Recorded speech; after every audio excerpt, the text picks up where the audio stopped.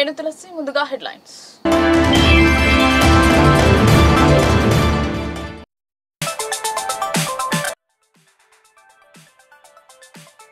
కామారెడ్డి జిల్లాలో మాజీ మంత్రి హరీష్ రావు పర్యటన. వరద బాధితులకు కాంగ్రెస్ సర్కార్ నయా పైసా ఇవ్వలేదని ఆరోపణ.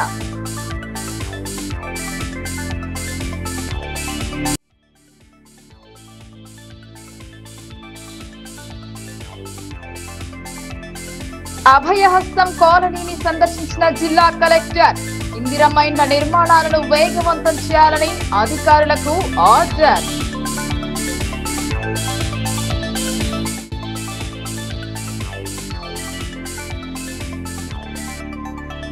ఎస్ఆర్ఎస్పీ బ్యాక్ వాటర్ వల్ల పంటలు మునగడానికి ఉమ్మడ బ్రిడ్జ్ కారణం.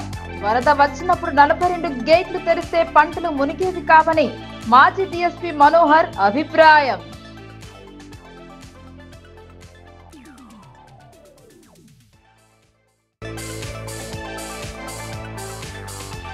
కామారెడ్డిలో మళ్లీ వర్షంతో జలమయం.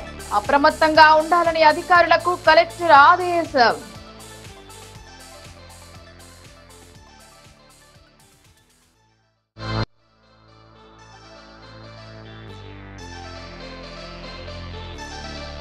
జిల్లాలో ప్రశాంతంగా ముగిసిన దేవి నిమజ్జన వేడుకలు. భక్తి శ్రద్ధల మధ్య సాగిన ఊరేగింపు సంబరాలు.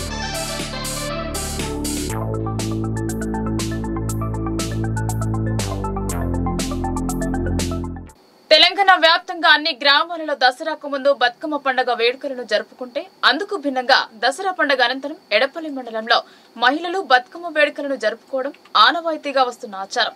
గుణగ, తంగిడు వంటి వివిధ రకాల పూలతో పేర్చిన బతుకమ్మలు ఎంతగానో ఆకట్టుకున్నాయి. పండుగ వేడుకల్లో పుట్టింటి ఆడపడుచులతో పాటు మెట్టింటి కోడలు సిద్ధం పాల్గొనడంతో బతుకమ్మ సంబరాలు అంబరాన్నంటాయి. తెలంగాణ సంస్కృతి సాంప్రదాయాన్ని ప్రతిబింబించేలా బతుకమ్మ పండుగ వేడుకలను శనివారం ఎడపల్లి మండల కేంద్రంలో మహిళలు ఎంతో వైభవంగా ఆనందోత్సవాల నడుమ జరుపుకున్నారు. సద్దుల బతుకమ్మ సందర్భంగా మహిళలు రంగురంగుల పూలతో పేర్చిన బతుకమ్మలు ఎంతగానో ఆకట్టుకున్నాయి.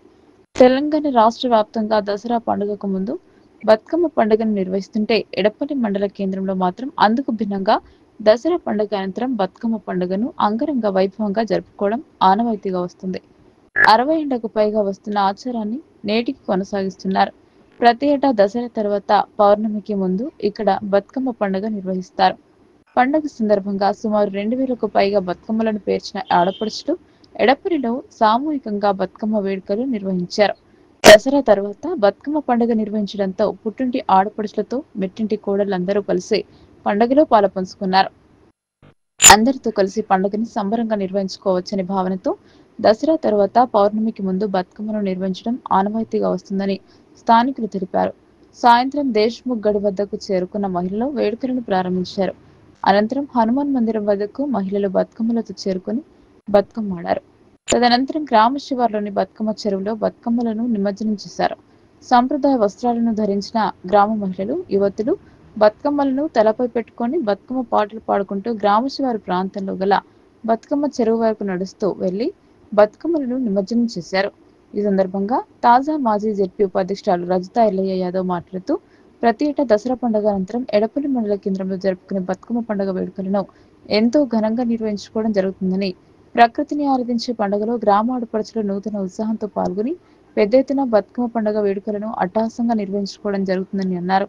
గతంలో దేశ్ముఖ్ గడిలో బతుకమ్మ పండుగ జరుపుకునే సమయంలో ఒక అనుకోని సంఘటన జరిగిందని, గ్రామంలో ఆ సంఘటన ప్రభావం చూపించిందని, అప్పటి దేశ్ముఖ్ పాలనలో సిపాయి తుపాకీ పొరపాటున పేలడంతో ఒక వ్యక్తి మరణించడం జరిగిందని, ఆ సంఘటన అశుభకంగా భావించే గ్రామస్తులు దసరా తర్వాత ఈ పండుగ నిర్వహించడం ప్రారంభించారని తెలిపారు. బతుకమ్మ వేడుకలలో భాగంగా ఎడపల్లి తాజా మాజీ ఎంపీటీసీ షేక్ జావేద్ బాబా ఆధ్వర్యంలో మంచినీటి పంపిణీ కార్యక్రమాన్ని నిర్వహించారు. ప్రతి పండుగను కులమతాలకు అతీతంగా జరుపుకుంటామని తెలిపారు. బతుకమ్మ వేడుకలో ఎలాంటి అవాంఛనీయ ఘటనలు చోటు చేసుకోకుండా ఎడపల్లి ఎస్ఐ రామ పోలీస్ బందోబస్తు ఏర్పాటు చేశారు. బతుకమ్మ విశిష్టతను మాజీ జిల్లా పరిషత్ వైస్ చైర్మన్ రజిత యాదవ్ వివరించారు. ఎడపల్లి గ్రామంలో చాలా విశేషమైన ప్రశస్తమైన బతుకమ్మ పండుగను కన్నుల విందుగా అంగరంగ వైభవంగా జరుపుకోవడం జరిగింది. మరి అన్ని గ్రామాలలో దసరా ముందు అయితే మా ఎడపల్లిలో మాత్రం దసరా తర్వాత ఆనవాయితీగా జరుపుకోవడం జరుగుతుంది. మరి మా గ్రామంలో మహిళలు, పురుషులు, యువత అందరూ కూడా మరి ప్రతి కుటుంబంలో కూడా ఆత్మీయులు, బంధువులందరితో బతుకమ్మ పండుగను ఘనంగా జరుపుకోవడం జరుగుతుంది. ఏదైతే మహిళలు గౌరీమాత ఆశీర్వాదంతో సుఖ సంతోషాలు, సౌభాగ్యాలు చల్లగా ఉండాలని, మరి విశేషంగా ప్రతి పండుగను మనం పూలతో పూజిస్తే మరి పూలతోనే బతుకమ్మను పేర్చి గౌరీమాతను వేడుకోవడం, మరి గౌరీమాత యొక్క ఆశీర్వాదం వల్ల ప్రతి కుటుంబం కూడా అందరూ ఇలా బాబలతో సౌఖ్యంగా ఆనందంగా ఉండాలని కోరుకుంటూ మరొకసారి గ్రామంలోని ప్రజలందరికీ కూడా హృదయపూర్వక బతుకమ్మ పండుగ శుభాకాంక్షలు. బాబా ఎడపల్లి మాజీ ఎంపీడీసీ. నేను ఈరోజు ఎడపల్లి గ్రామంలో దసరా తర్వాత బతుకమ్మ పండుగ జరుగుతుంది కనుక చాలా ఘనంగా ఇక్కడ డిస్టిక్లో పెద్ద ఎత్తున జరిగే బతుకమ్మ పండుగ ఎడపల్లి గ్రామంలో. అదేవిధంగా మా ఎడపల్లి గ్రామ ఆడపడుచులందరికీ, ఇతర గ్రామాల నుంచి వచ్చేసిన ఆడపడుచులందరికీ బతుకమ్మ శుభాకాంక్షలు తెలుపుతూ ఈ బతుకమ్మ సందర్భంగా అందరూ చాలా సుఖ సంతోషాలతో మంచిగా ఉండాలని భగవంతుడితో కోరుకుంటూ ప్రతి సంవత్సరం ఇక్కడ మంచినీళ్ళు సరఫరా మేము చేస్తాము. మైనార్టీ తరఫున మాకు ఎంతో ఆనందంగా అనిపిస్తుంది. ఎందుకంటే ఇక్కడ కుల మతాలకు అతీతంగా మేము ఈ పండుగని జరుపుకుంటున్నాం కనుక ప్రతిసారి బతుకమ్మ పండుగ చాలా ఆనందంగా అనిపిస్తుంది. అదేవిధంగా ఇప్పుడు కేసీఆర్ గారు ఉన్నప్పుడు బతుకమ్మ పండుగ చాలా పెద్ద ఎత్తున జరుగుతుంది. ఇప్పుడు ఈసారి మహిళలందరూ నర్వాజా వెళ్తున్నారు. ఎందుకంటే ఇక్కడ డీజేలు కానీ ఆటలు పాటలు కానీ ఏమీ లేవు. కాంగ్రెస్ పార్టీ నాయకులు కానీ కాంగ్రెస్ పార్టీ ముఖ్యమంత్రి కానీ ఎప్పుడు కూడా మహిళలకు చిన్న చూపు చూస్తూ మహిళల పండుగన్నా మహిళలన్నా చిన్న చూపు చూస్తున్న ఈ ప్రభుత్వం నిజామాబాద్ జిల్లా కేంద్రంలో ఇందిరమ్మ ఇళ్ల నిర్మాణాలను వేగవంతం చేయించాలని కలెక్టర్ టి వినయ్ కృష్ణారెడ్డి అధికారులను ఆదేశించారు. లబ్ధిదారుల ఎంపిక, మంజూరీ ప్రక్రియలలో జాప్యానికి తావు లేకుండా చూడాలన్నారు. గ్రామీణ ప్రాంతాల్లో ఇళ్లు నిర్మించుకునేందుకు అనేక మంది ఆసక్తి చూపుతున్నప్పటికీ పట్టణ ప్రాంతాల్లో సైతం ఇందిరమ్మ ఇళ్లను అందించాలనే ప్రభుత్వ సంకల్పం మేరకు మున్సిపాలిటీల పరిధిలో కూడా ఇళ్లను మంజూరు చేయడం జరిగిందని అన్నారు. శనివారం జిల్లా కేంద్రంలోని దుబ్బా ప్రాంతంలో ఇందిరమ్మ ఇళ్ల నిర్మాణాలను క్షేత్రస్థాయిలో ఇందిరమ్మ ఇండ్లను కలెక్టర్ వినయ్ కృష్ణారెడ్డి పరిశీలించారు. పునాది దశ వరకు నిర్మాణ పనులు పూర్తి చేసుకున్న లబ్ధిదారులను కలిసి వారికి మొదటి విడత బిల్లు మంజూరు అయ్యిందా అని ఆరా తీశారు. ఇంకా నిర్మాణ పనులు ప్రారంభించిన లబ్ధిదారులతో భేటీ అయి పనులు ఎందుకు ప్రారంభించలేదని కారణాలు అడిగి తెలుసుకున్నారు. ఇందిరమ్మ ఇళ్ల నిర్మాణాలు వేగంగా జరిగేలా చొరవ చూపాలని కలెక్టర్ అధికారులకు సూచించారు. ఇల్లు నిర్మించుకునే ఆర్థిక స్తోమత లేని లబ్ధిదారులకు మెప్మా ఆధ్వర్యంలో బ్యాంకు లింకేజ్ కింద రుణం అందించేలా చొరవ చూపాలని అన్నారు. ఇందిరమ్మ ఇళ్ల నిర్మాణాల ప్రగతిని నిరంతరం పర్యవేక్షణ జరపాలని సూచించారు. ఇళ్ల నిర్మాణాలకు ఏవైనా ఇబ్బందులు ఉంటే వాటిని పరిష్కరించుకుంటూ ముందుకెళ్లాలని, నిర్ణీత లక్ష్యానికి అనుగుణంగా పూర్తి స్థాయిలో ఇళ్ల నిర్మాణాలు జరిగేలా కృషి చేయాలని కలెక్టర్ ఆదేశించారు. ప్రభుత్వ నిబంధనల మేరకు 400 చదరపు అడుగులకు తక్కువ కాకుండా 600 చదరపు అడుగులకు మించకుండా ఇందిరమ్మ ఇళ్ల నిర్మాణాలు చేపట్టేలా లబ్ధిదారులకు అవగాహన కల్పించాలని, ప్రభుత్వ నిబంధనల మేరకు 400 చదరపు అడుగులకు తక్కువ కాకుండా 600 చదరపు అడుగులకు మించకుండా ఇందిరమ్మ ఇళ్ల నిర్మాణాలు చేపట్టేలా లబ్ధిదారులకు అవగాహన కల్పించాలని, ప్రభుత్వం తరపున అందిస్తున్న తోడ్పాటు గురించి తెలియజేస్తూ వారు నిర్మాణాలు చేపట్టేలా అవసరమైన సహకారం అందించాలని అన్నారు. ఆయా దశల ఇళ్ల నిర్మాణాలను అనుగుణంగా లబ్ధిదారుల ఖాతాలలో బిల్లులు జమ అయ్యేలా చర్యలు తీసుకోవాలని కలెక్టర్ ఆదేశించారు. దుబ్బ ప్రాంతంలోని అభయహస్తం కాలనీని కలెక్టర్ టి వినయ్ కృష్ణారెడ్డి శనివారం సందర్శించారు. ప్రభుత్వ అసైన్డ్ భూమిని పరిశీలించిన కలెక్టర్ జాయింట్ సర్వే జరిపి హద్దులను నిర్ధారించాలని రెవెన్యూ, మున్సిపల్ అధికారులను ఆదేశించారు. కలెక్టర్ వెంట నగరపాలక సంస్థ commissioner Dilip Kumar, housing PD Pavan Kumar, DE Nivarthi, municipal town project అధికారి రమేష్, నార్త్ తహసీల్దార్ విజయకాంత్ తదితరులు ఉన్నారు.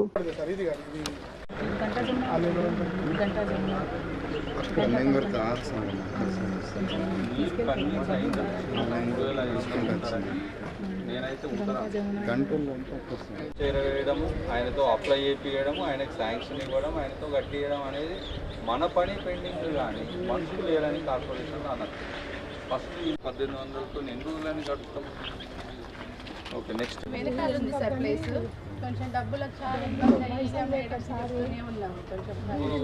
మీకు మెప్మా నుండి కొంచెం లోన్ ఇస్తారు. గ్రూప్లో లేరా? మొత్తం ఉన్నది గ్రూప్లో, కానీ 60+ ఉన్నదని చెప్పి ఆమె తీసుకోలేదు. వేరే తమ్మని పెట్టినాం. శ్రీరామ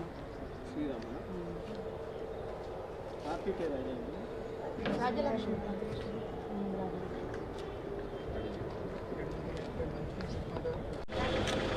అప్లై చేయాలి.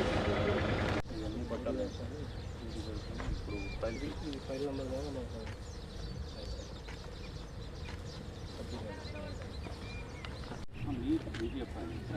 కామన్ మ్యాన్ ఈ 2 acre 30 గుంటాస్ లోపలనే వీళ్ళందరూ కొంచెం పట్టాలని పంచాయతీరాజ్ కాలనీ ఉన్నారు సార్ ముందర, దాంట్లో కూడా కవర్ వెళ్ళదు. కొంచెం వీళ్ళు పంచాయతీరాజ్ కాలనీ వాళ్ళు అక్కడ అప్పుడు తీసుకున్నారు సార్ గవర్నమెంట్ పేమెంట్.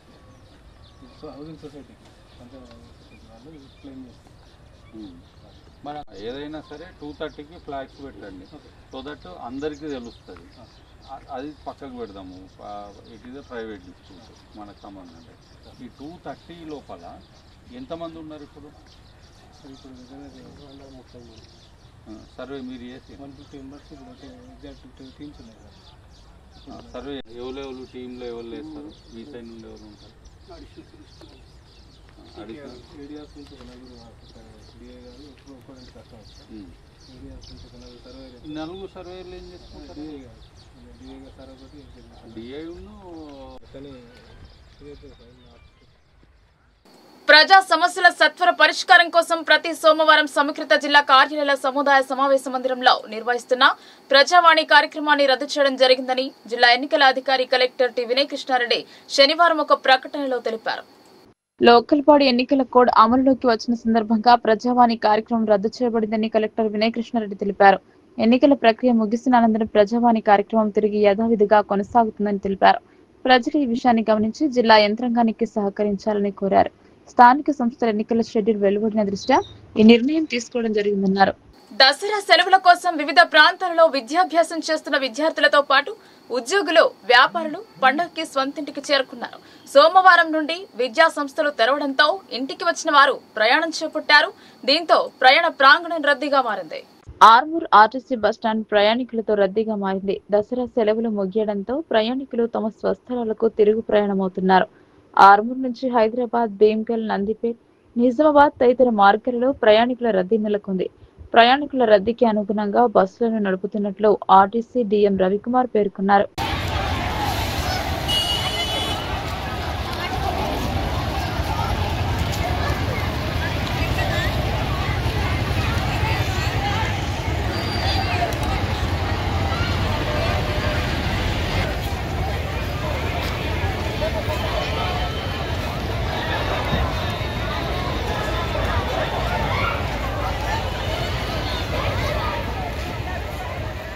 దేవి శరన్నవరాత్రి వేడుకలు అంబరాన్ని అంటాయి. అమ్మవారి ప్రతిమల నిమజ్జన ఊరేగింపు శోభాయాత్ర ఘనంగా జరిపారు.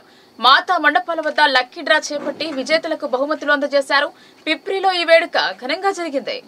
ఆర్మూర్ మండలం పిప్రి గ్రామంలో ఇండియన్ యూత్ ఆధ్వర్యంలో ప్రతిష్ఠించిన శ్రీ దుర్గాదేవి శోభాయాత్ర రాత్రి ఘనంగా నిర్వహించారు. గ్రామంలోని ప్రధాన వీధుల గుండా ఊరేగింపు కొనసాగింది. లక్కీ డ్రాలో గెలుపొందిన విజేతలకు బహుమతులు అందజేశారు. మొదటి బహుమతి స్కూటీ శ్రీ దుర్గా ఏజెన్సీస్ వారు గెలుపొందారు. హైదరాబాద్ కు చెందిన మధు సుధాకర్ రెడ్డి. రెండవ బహుమతి అడెకు కన్సల్టెన్సీ గోల్డ్ కాయిన్. మూడవ బహుమతి షెర్వాన్ గెలుపొందారు. వెండి అమ్మవారి ప్రతిమ విజేతలకు అందజేసినట్లు ఇండియన్ యూత్ సభ్యులు తెలిపారు.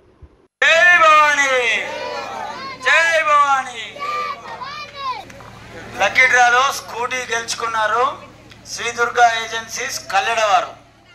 పరిసరాల పరిశుభ్రం పట్ల ఆర్మూర్ మహాత్మా స్వచ్ఛంద సంస్థ ప్రజలలో అవగాహన కల్పిస్తోంది. ఇందులో భాగంగా ప్రతి ఆదివారం ఒక కార్యాలయాన్ని ఎంపిక చేసుకుని స్వచ్ఛ కార్యక్రమాలు చేపడుతున్నారు. ఆర్మూర్ ఫైర్ స్టేషన్ లో స్వచ్ఛ భారత్ నిర్వహించారు. ఆర్మూర్ మహాత్మా స్వచ్ఛంద సంస్థ ఆధ్వర్యంలో నిర్వహిస్తున్న స్వచ్ఛ కార్యక్రమంలో భాగంగా 23వ ఆదివారం ఆర్మూర్ పట్టణంలోని ఫైర్ స్టేషన్ లో స్వచ్ఛ కార్యక్రమం నిర్వహించారు. ఈ సందర్భంగా ఫైర్ స్టేషన్ ఆవరణలో పెరిగిన పిచ్చి మొక్కలు, చెట్లను తొలగించారు. సంస్థ వ్యవస్థాపక అధ్యక్షులు సుంకి శ్రీనివాస్ మాట్లాడుతూ స్వచ్ఛంద సంస్థ ఆధ్వర్యంలో చేస్తున్న ఇటువంటి కార్యక్రమాలను యువత ఆదర్శం తీసుకుని ప్రజలు రోగుల బారిన పడకుండా చూడాలన్నారు. ప్రతి ఆదివారం 1 గంట నినాదంతో చేస్తున్న మా స్వచ్ఛ కార్యక్రమం నిరంతరాయంగా కొనసాగిస్తామన్నారు. ఈ కార్యక్రమంలో ఫైర్ సిబ్బందితో పాటు సంస్థ సభ్యులు సుంకె నిశాంత్, బోడమిది ప్రశాంత్, వేద రాజ్ కుమార్, గణేష్, శ్యామ్ సుందర్, మధుసూదన్, నరేందర్, ఎల్లయ్య, కృషివర్ధన్, నూకల ఆదిత్య తదితరులు పాల్గొన్నారు. ఆర్మూర్ మహాత్మా స్వచ్ఛంద సంస్థ ఆధ్వర్యంలో మరి ఏదైతే ఎంఆర్ఓ కార్యాలయం బ్యాక్ సైడు అగ్నిమాపక కేంద్రం ఉన్నది, మరి దాన్ని ఈరోజు స్వచ్ఛ కార్యక్రమం నిర్వహించడం జరిగింది. మరి ఇది ఏదైతే స్వచ్ఛంద సంస్థ అధ్యక్షులైనటువంటి సుంకె శ్రీనివాస్ గారు మరి వారి యొక్క బృందము ఆధ్వర్యంలో ఇయ్యాల 23వ వారానికి చేరుకున్నది. మరి ముఖ్యంగా స్వచ్ఛ భారత్ యొక్క ముఖ్య ఉద్దేశం ఏంటంటే మన పరిసర ప్రాంతాలను శుభ్రంగా ఉంచుకోవడము, కుండీలలో నీళ్లుంటే తీసేయడము, మరి దోమలు రాకుండా కూడా చూసుకోవడానికి బాధ్యత మన అందరిపైన ఉన్నది.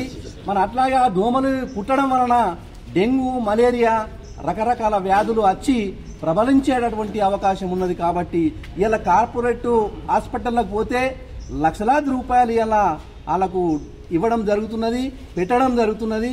కాబట్టి అక్కడ ఉన్నటువంటి యువత కానీ మరి మహిళలు కానీ అందరూ స్వచ్ఛందంగా పాల్గొని ప్రతి ఒక్క వార్డులో ఉడక స్వచ్ఛంద కార్యక్రమాలు చేయవలసినటువంటి అవసరము ప్రతి వార్డు సభ్యులందరూ గుడక ఉంటుందని నేను వారికి మరొకసారి విజ్ఞప్తి చేస్తున్నా.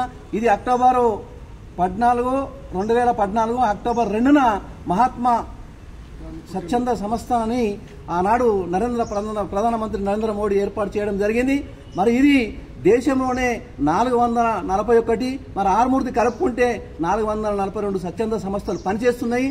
మరి అట్లాగే యూత్ కూడా మరి ముఖ్యంగా భాగస్వాములు కావాలి. ఈ స్వచ్ఛంద కార్యక్రమాలు మన ఆర్మూరులో 35 వార్డులు ఉన్నాయి. ఈ వార్డులలో ప్రతి ఒక్క వార్డుకు స్వచ్ఛంద సంస్థను నిరుద్యోగులు కానీ యువకులు అందరూ కలిసి స్వచ్ఛందంగా ఒక కార్యక్రమాన్ని చేపడితే ఇది అందరికీ మంచిగా ఉంటుందని నేను తెలియజేసుకుంటున్నా.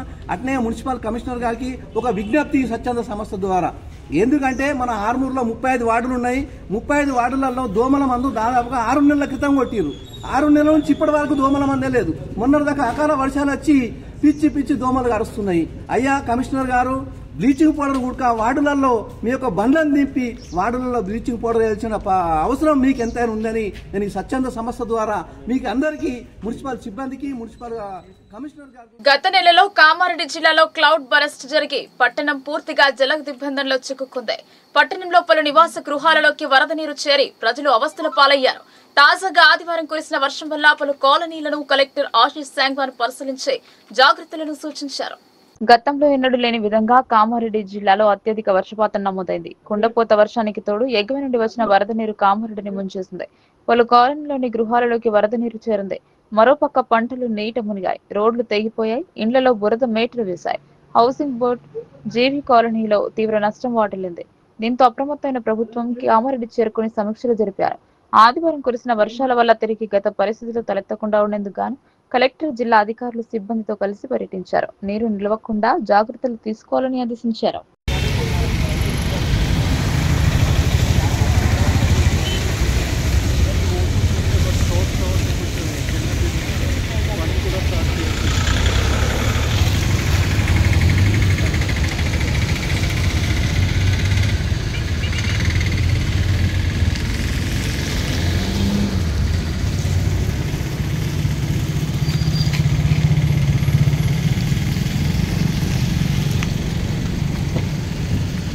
ఆరుగాలం కష్టపడి పండించిన వరి ధాన్యాన్ని దళారులకు అమ్మి మోసపోవద్దని ప్రభుత్వ వరి ధాన్యం కొనుగోలు కేంద్రాల్లో రైతులు తమ ధాన్యాన్ని విక్రయించి సరైన మద్దతు ధర పొందాలని సొసైటీ చైర్మన్ పేర్కొన్నారు. ప్రస్తుతం కొనసాగుతున్న వాతావరణ పరిస్థితులను బట్టి రైతులు జాగ్రత్త వహించాలని వారు సూచించారు. రైతులు దళారులను నమ్మి మోసపోకుండా ప్రభుత్వం ప్రారంభించిన వరి కొనుగోలు కేంద్రాల్లోనే తమ ధాన్యాన్ని విక్రయించి లబ్ధి పొందాలని ఎడపల్లి మండలం జానకంపేట గ్రామ సొసైటీ కార్యదర్శి గంగారెడ్డి అన్నారు. ఆదివారం గ్రామంలో గల వ్యవసాయ ప్రాథమిక సహకార సంఘం ఆవరణలో ఏర్పాటు చేసిన వరి ధాన్యం కొనుగోలు కేంద్రాన్ని సొసైటీ చైర్మన్ మిద్దె Narender, Bodhan agriculture market committee director Chepuri Kishore, సంఘం డైరెక్టర్లతో కలిసి ప్రారంభించారు. ఈ సందర్భంగా సొసైటీ కార్యదర్శి గంగారెడ్డి మాట్లాడుతూ రైతులు కష్టపడి పండించిన వరి ధాన్యాన్ని ప్రభుత్వ వరి కొనుగోలు కేంద్రాల్లో విక్రయించి ప్రభుత్వం అందిస్తున్న మద్దతు ధరను పొందాలని అన్నారు.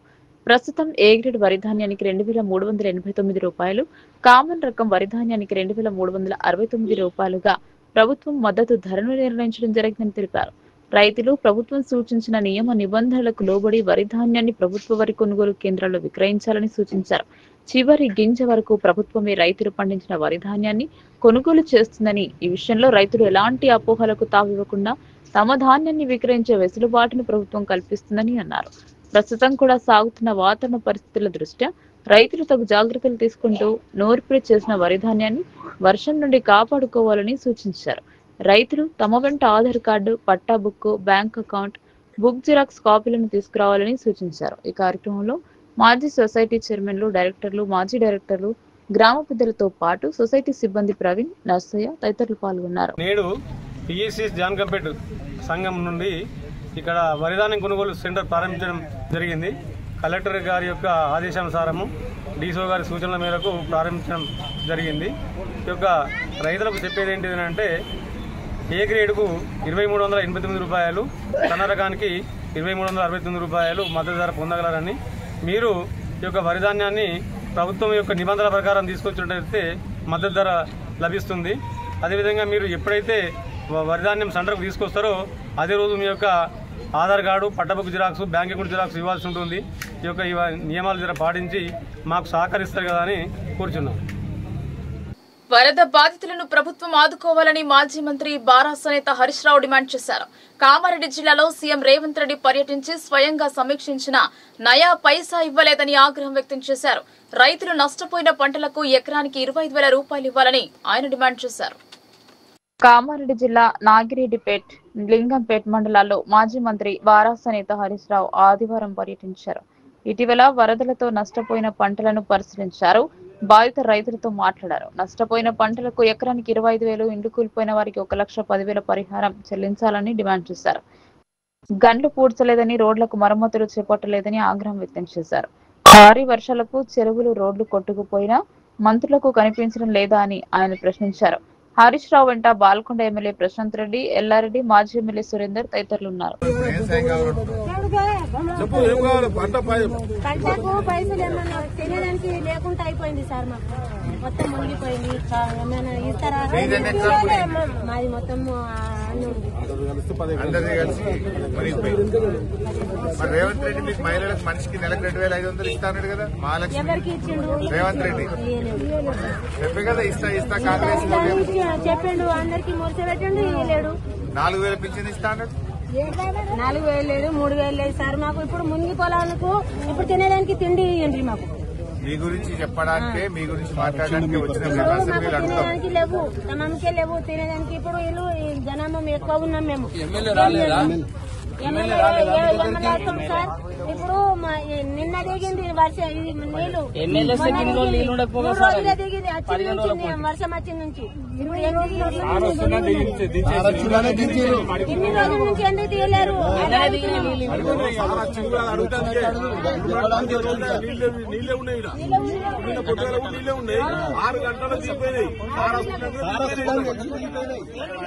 ఆర్మూర్ పట్టణంలోని కోటార్మూర్లో బతుకమ్మ సంబరాలను జరుపుకున్నారు. ఎంగిలి పువ్వుతో మొదలుపెట్టి సద్దుల బతుకమ్మ సంబరాలను ఘనంగా జరుపుకున్నారు. విశాఖ కాలనీ, విశాఖ అపార్ట్మెంట్ లో మహిళలు బతుకమ్మ సంబరాలు జరుపుకున్నారు. విశాఖ అపార్ట్మెంట్ లో 40 ఫ్లాట్స్ లో ఉన్నటువంటి మహిళలు 5 రోజుల నుండి బతుకమ్మ ఆటలతో సంబరంగా గడిపారు. ఎంగిలి బతుకమ్మ, గాజుల పండుగ జరుపుకున్నారు. వివిధ పువ్వులతో బతుకమ్మను అలంకరణ చేసి బతుకమ్మకు నైవేద్యాలు సమర్పించారు. రకరకాల బతుకమ్మలతో రోజు మహిళలు సంతోషంతో సంబరాలు జరుపుకుని నిమజ్జన వేడుకలను సంబరంగా జరుపుకున్నారు. మహిళలు, పిల్లలు మంగళ హారతులతో, భక్తి శ్రద్ధలతో, దాండియా, డీజే పాటలతో బతుకమ్మను నిమజ్జనానికి వెళ్లారు. ఈ కార్యక్రమంలో విజేత అపార్ట్మెంట్ మహిళలు, విశాఖ కాలనీ మహిళలు బతుకమ్మలాడుతూ సంతోషాన్ని వ్యక్తం చేశారు.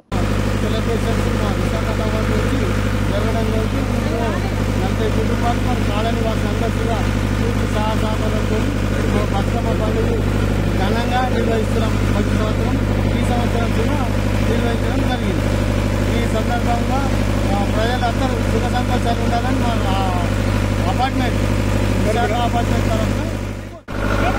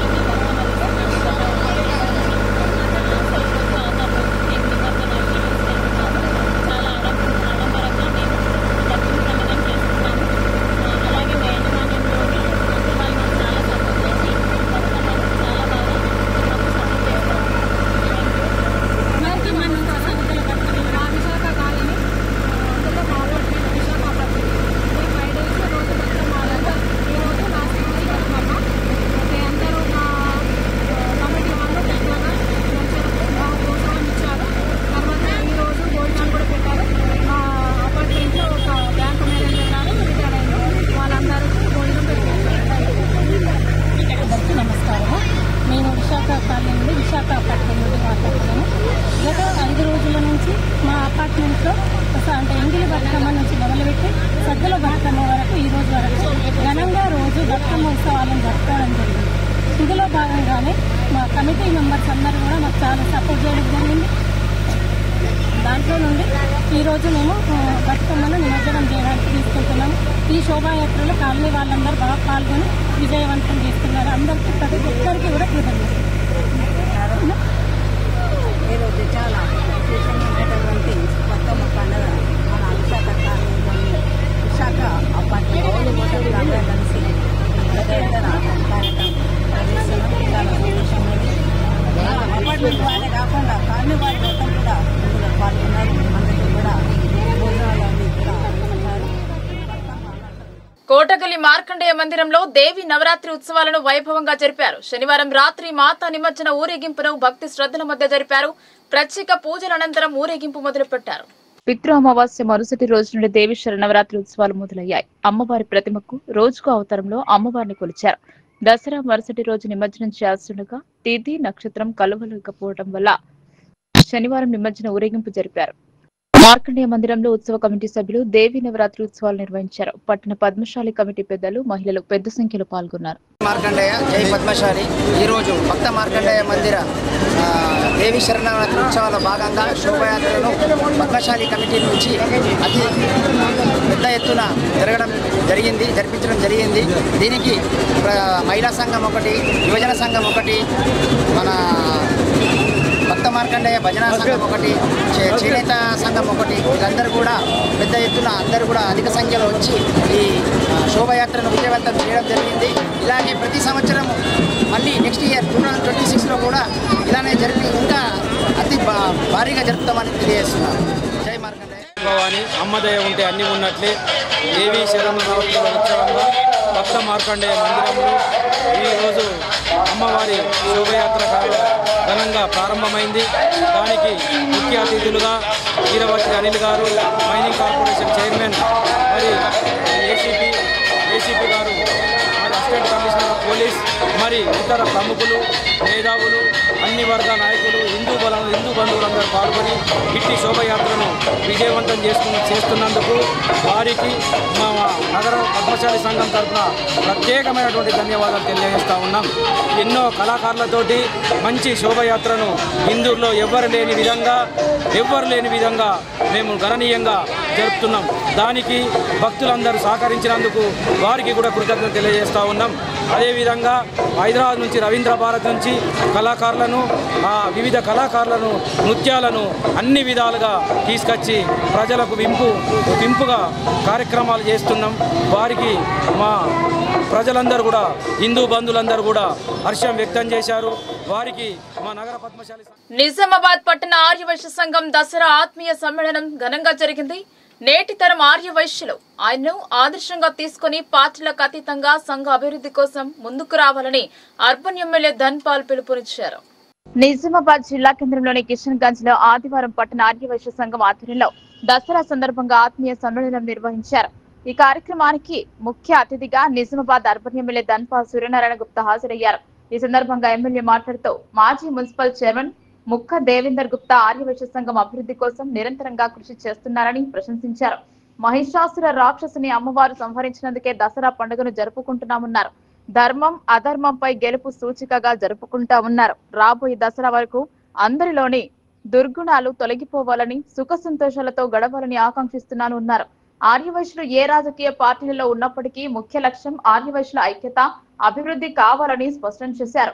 పార్టీలకు అతీతంగా మనమందరం కలిసికట్టుగా పనిచేస్తే తెలంగాణ రాష్ట్రంలోని నిజామాబాద్ పట్టణ ఆర్యవైశ్య సంఘం ముందుండే సేవలు అందిస్తోంది అని నమ్మకాన్ని వ్యక్తం చేశారు. తన డిక్షనరీలో 2 పదాలకు మాత్రమే స్థానం ఉందని, ఒకటి నియోజకవర్గ ప్రజల అభివృద్ధి, రెండోది ప్రజలకు సేవ చేయాలనే సంకల్పమని తెలిపారు. ప్రభుత్వ సంబంధం లేకపోయినా తన వంతు సహకారం ఎల్లప్పుడూ ఆర్యవైశ్య సంఘానికి అందిస్తానని భరోసా ఇచ్చారు. ఈ కార్యక్రమంలో మాజీ మున్సిపల్ చైర్మన్ ముక్క దేవేందర్ గుప్తా, పట్టణ ఆర్యవైశ్య సంఘం అధ్యక్షులు ధన్పాల్ శ్రీనివాస్ గుప్తా, ప్రధాన కార్యదర్శి ఇల్లెందుల ప్రభాకర్ గుప్తా, కోశాధికారి గాలి నాగరాజు గుప్తా, ప్రోగ్రాం కన్వీనర్లు వీరమల్లి రమేష్ గుప్తా, పబ్బ రాజు గుప్తా తదితరులు పాల్గొన్నారు. ఈ సందర్భంగా సంఘ సభ్యులు ఎమ్మెల్యేను ఘనంగా సత్కరించారు. ముక్క దేవేందర్ గుప్తా గారికి ప్రత్యేకంగా నేను ఎందుకు చెప్తున్నా అంటే, నేను నెల రోజుల క్రితము గణపతి నవరాత్రుల సందర్భంగా 100 పైన మండపాలు విజిట్ చేసిన. మొన్న సుమారు 100, ఎందుకంటే వర్షం డిస్టర్బ్ కావడం వల్ల నేను ఎక్కడికి వెళ్ళినా కానీ అమ్మవారి ఆశీర్వాదం కోరుతూ మోడీ గారిని 100 సంవత్సరాలు ఉండని కోరుతాం. ఎందుకంటే సనాతన హిందూ ధర్మం కోసం మోడీ గారు. అదేవిధంగా మా మామగారు 80 సంవత్సరాలకు వచ్చినాయి. ఇది అందరినీ చూడటం నాకు సంతోషం అంటూ ఉన్నాడు. మా ముఖదేంద్ర మామగారికి కూడా 100 సంవత్సరాలు ఉండాలని కోరుతున్నాను. ఎందుకంటే నిరంతరము నిజామాబాద్ అంటే హిందూ ఆర్యవైశ్య పట్టణ సంఘం అభివృద్ధి చెందాలా. ఏదైతే 1944లో స్థాపించిన ఈ సంఘం గురించి నిరంతరం తాపత్రపడే వ్యక్తి మొట్టమొదటి వరుసలో ఉండేది ముఖదేంద్ర గుప్తా గారు. మనమందరం ఇన్స్పిరేషన్ తీసుకున్నాను పెద్దల్ని. ఎప్పుడు నిరంతరం ఇంట్లో ఉన్నా కానీ, ఎప్పుడు ఫోన్ చేసినా కానీ సంఘం గురించి 1 నిమిషం ఉన్నా కానీ మాట్లాడతారు. అందుకే ఆయనకు ప్రత్యేకంగా ధన్యవాదాలు చెప్పుకుంటూ, ముఖ్యంగా డాక్టర్ వినోద్ కుమార్ గారు చెప్పిండ్రు, మహిషాసుర రాక్షసుని అమ్మవారు నవదుర్గ 9 రోజులు యుద్ధం చేసి 10వ రోజు విజయం సాధించినందుకు, అంటే చెడు మీద మంచి, అధర్మం మీద ధర్మము గెలిచిందే మనం దసరా చేసుకుంటూ ఉంటాం.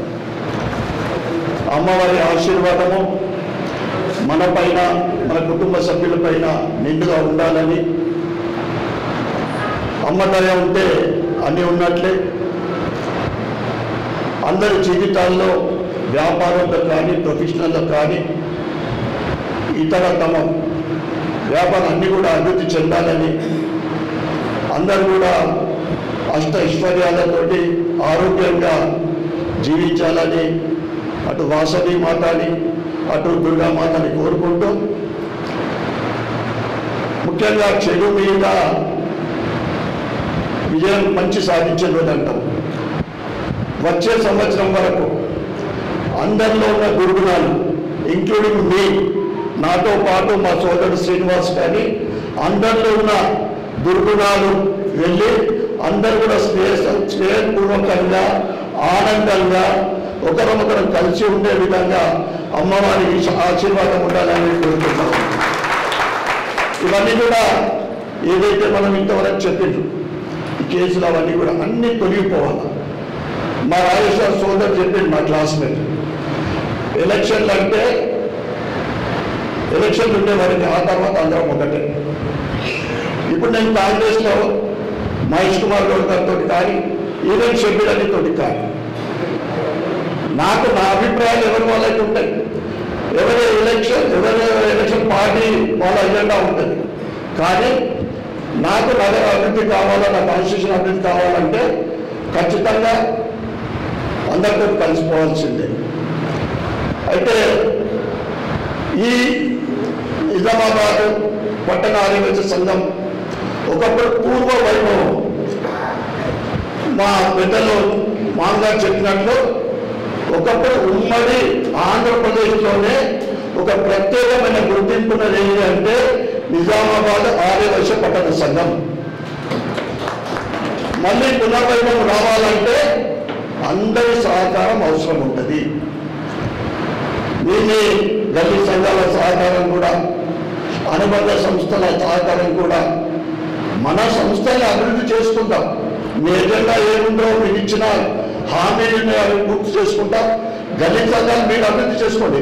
కానీ మన పట్టణ సంఘంతో కూడా మీరు అనుబంధంగా ఇంకా స్నేహపూర్వకంగా ఉండి మీ సహకారం ఇవ్వాలి. ఎందుకంటే ఓవరాల్గా పేరు వచ్చేది నిజామాబాద్ పట్టణ సంఘానికి. అందుకోసమే అందరికీ కూడా కోరుకుంటూ, మా శ్రీనివాసు సోదరుడు అనేక హామీలు ఇచ్చినట్లున్నాడు.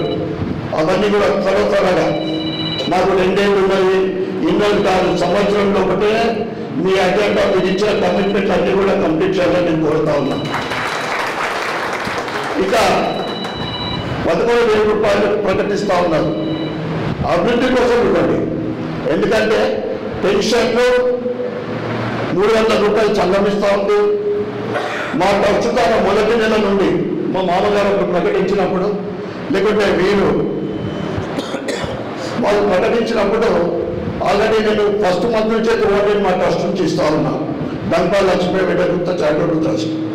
మీరు 70 ఇస్తా ఉన్నారా, 100 ఇస్తున్నారా, వాళ్ళు ఇంకా ఫ్యూచర్లో మన గాలినాథ్ గారు చెప్పినట్టు నిజమైన హరులు ఎంతమంది అయినా 100, 200, 300, 500 మంది అయినా మీరు పెన్షన్ ఇవ్వండి, మీరు 300 ఇవ్వండి, 200 ఇస్తాం.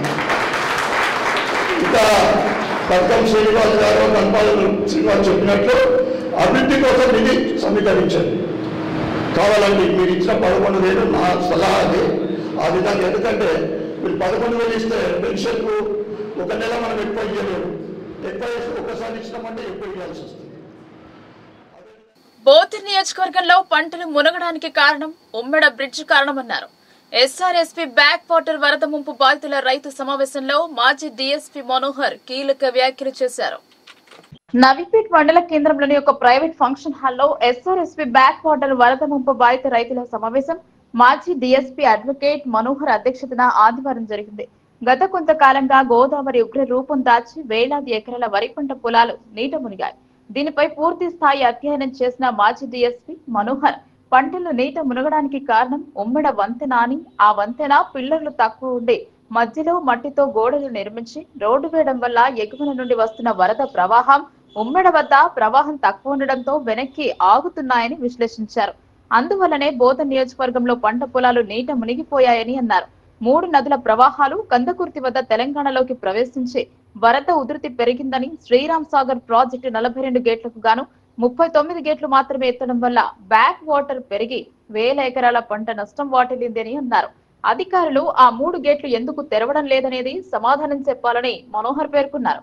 ఇంత స్థాయిలో నష్టం వాటిల్లడం బాధాకరమని, వెంటనే ముంపు పరివాహక ప్రాంతాల నుండి ప్రాతినిధ్యం వహిస్తున్న 4 ఎమ్మెల్యేలు, ఆదిలాబాద్, నిజామాబాద్ జిల్లా కలెక్టర్లు బాధ్యత తీసుకుని ఉమ్మడ బ్రిడ్జ్ వద్ద ఉన్న వాస్తవాలను గ్రహించాలని, వెంటనే ఆ సమస్య పరిష్కారం దిశగా చర్యలు చేపట్టాలని ఆయన డిమాండ్ చేశారు. లేనిలా రిటైర్డ్ న్యాయమూర్తితో విచారణ జరిపించి నిజాలు తేల్చి రైతులకు అండగా ప్రభుత్వం చర్యలు చేపట్టాలని కోరారు. పంట నష్టపోయిన ప్రతి రైతుకు నష్టపరిహారం ఇవ్వాలని డిమాండ్ చేశారు. ఈ కార్యక్రమంలో వరద ముంపుకి పంటలు నష్టపోయిన రైతులు పెద్ద ఎత్తున పాల్గొన్నారు. కేవలం ప్రారంభం మాత్రమే. ఎందుకంటే ఆ డ్యామ్ లో ఉన్న ఆ డ్యామ్ అభివృద్ధి కట్టినటువంటి మట్టి తీయాలంటే నీ నుంచి మా నుంచి నేను మంచిగా 3 రూపాయలు లక్షలు కూడా సరిపోతుంది. గవర్నమెంట్ తీసుకురావాలి, ఎస్ఆర్ఎస్ గారికి చెప్పాలి, కలెక్టర్ గారికి చెప్పాలి. 5 ఎమ్మెల్యేలు, బోధన్ ఎమ్మెల్యే గారు, ముదల్ ఎమ్మెల్యే గారు, ఆర్మూర్ ఎమ్మెల్యే గారు, తర్వాత నిజామాబాద్ ఎమ్మెల్యే గారు, ఈ యొక్క 4 ఎమ్మెల్యేలు, 2 కలెక్టర్లు, Nizamabad collector, Adilabad collector, SRSP, SC, CE వాళ్ళకి వీళ్ళకందరూ కూడా మనం వినతి పత్రాలు ఇవ్వాలి. దీనిపైన ఒక ఎంక్వైరీ చేయండి. అవసరమైతే ఒక టెక్నికల్ కమిటీ ఏర్పాటు చేయండి. దీనిలో రిటైర్డ్ లేదా ఒక రిటైర్డ్ హైకోర్టు జడ్జి ద్వారా ఎంక్వైరీ చేయించండి. లేదా మాకు కాళేశ్వరంలో ఇచ్చినట్టుగా మాకు కూడా ఎకరాకు 30 లక్షల రూపాయలు మాకు కాంపెన్సేషన్ ఇవ్వండి. ఎంతవరకు నిలిపోయింది అనేటువంటిది రాబోయే రోజుల్లో మనం పెట్టుకోవాలి. దాదాపుగా నాకు తెలిసినంత వరకు ఇప్పటికీ బోధన్ మండలంలో దాదాపుగా 16 నుంచి 25 వేల ఎకరాల పంట నష్టం జరిగింది. నేను మిగతా మండలం నాకు 20 ఎకరాలు రాలేదు. ఇప్పుడు వాట్సాప్ గ్రూప్ పెడితే మన మిత్రులందరూ ఫొటోస్, మీ పేర్లు రాస్తే ఒక బృందంగా తయారై దీని ఒక విశదీకరించి ఎనాలిసిస్ చేసి క్లుప్తంగా ఎంత పంట నష్టం జరిగింది అనేటువంటి మనం నిర్ణయానికి వస్తాం. ఇప్పుడు బోధన్ మండలం ఎంత పోయిందో నాకు తెలియదు, ఎవరు తెలియదు, అంటే నైపుణ్యం తెలియదు. అదేవిధంగా ఇప్పుడు పాత సైడు మామూలుగా నిర్మలంలోకి ఎంత పోయిందో నాకు తెలియదు. సో ఇవన్నిటికీ అదిలా వేరేది, ఇదిలా వేరేది, సమిష్టిగా ఉమ్మడిగా మనందరం ఒక చర్చ కింద రావాలి.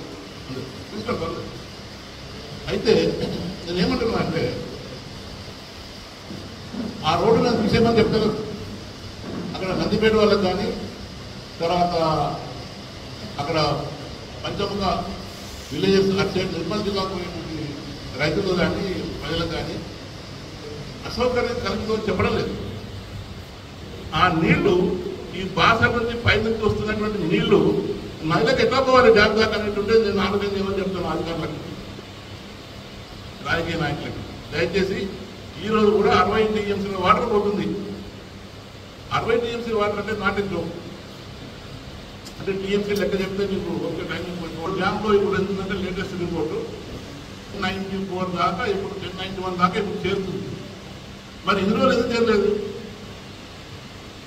ఇంకో విషయం అందరికీ తెలుసు, 42 గేట్లు ఉన్నాయి మనకి. ఎందుకు 36 గేట్లు 39 గేట్లు ఇంకా 3 గేట్లకు ఏమైంది? ఎంతమందికి తెలుసు? ఏ అధికారి మనం చెప్పినాడు మీరు మిగతా 3 గేట్లు ఏమి రిమోట్ కంట్రోల్తో లేపాలి వాటిని. నేను సెక్రటరీస్ ఉన్నాను కాబట్టి అవి లేస్తలేవా? అసలు గేట్లు ఉన్నాయా ఊడిపోయినాయా? అసలు ఆ గేట్లు ఎందుకు మరి మామూలుగా పనిచేయడం లేదు? 3 గేట్లు అంటే దాదాపు ఎన్ని లక్షల క్యూసెక్ వాటర్ పడుతుంది?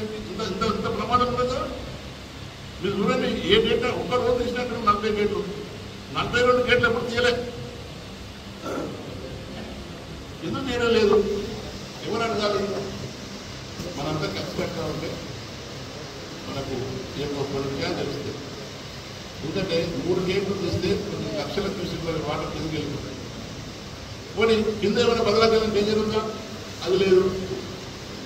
మరి ఎందుకు వదలడం లేదు వాటర్ కిందకి? నాకు రావడం లేదు పైకి వెళ్ళి వాటర్. ఎందుకు రావడం లేదంటే ఈ కూడా మట్టి కూడా, ఈ మట్టి కూడా ఇప్పుడు మీకు విద్యకు చూపిస్తా. ఈ మట్టి కూడా అనేటువంటిది నా చూపిన ఒకటి. ఈ మట్టి కూడా నీళ్ళ నాపుతుంది. ఆ పిల్లర్స్ కూడా ఎట్లున్నాయంటే నవ్వుతారు, కన్వర్టర్ లాగున్నది. మొత్తం అందరూ పిల్లలు చేయాలని 100 రూపాయలు అయితే పని కాదు. అర్థమైంది. కనీసం 3-4 ఏళ్ళు పడుతుంది. ఎందుకంటే 2021 తయారు చేసిన 23 దాకా రీసెంట్గా దాకా నేను ఏ ప్రభుత్వాన్ని నేను కిందపడటం లేదు. ఏ ప్రభుత్వానికి వ్యతిరేకం కాదు. నేను ఏ రాజకీయ నాయకుడు కాదు. కేవలం రైతుల యొక్క ఉపయోగం కొరకు ఈ యొక్క ప్రాబ్లం సాల్వ్ చేస్తేనే రేపు మనం బ్యాక్ వాటర్ అవుతుంది. భద్రాచలంలో నీళ్లు లేకున్నా, మంజీరా వాటర్ రాకున్నా 1091 సీల్ లెవెల్ రావాలంటే ఈ వాటర్ అంతా ముందుకు పంపాలా. మన డ్యామ్ లో వార్తలు ముగించే ముందు హెడ్లైన్స్ మరోసారి.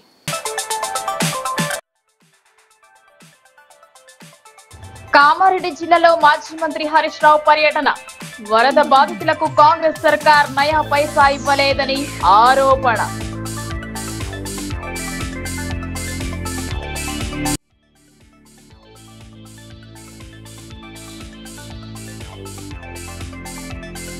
అభయహస్తం కాలనీని సందర్శించిన జిల్లా కలెక్టర్.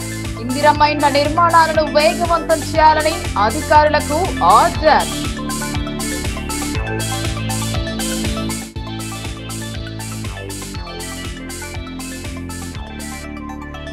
ఎస్ఆర్ఎస్పీ బ్యాక్ వాటర్ వల్ల పంటలు మునగడానికి ఉమ్మడి బ్రిడ్జ్ కారణం. వరద వచ్చినప్పుడు 42 గేట్లు తెరిస్తే పంటలు మునిగేవి కావని మాజీ డీఎస్పీ మనోహర్ అభిప్రాయం.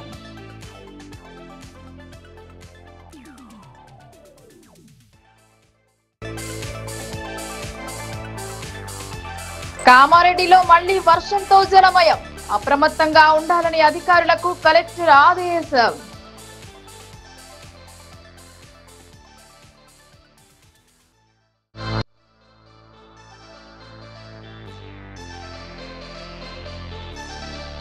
జిల్లాలో ప్రశాంతంగా ముగిసిన దేవి నిమజ్జన వేడుకలు. భక్తి శ్రద్ధల మధ్య సాగిన ఊరేగింపు సంబరాలు.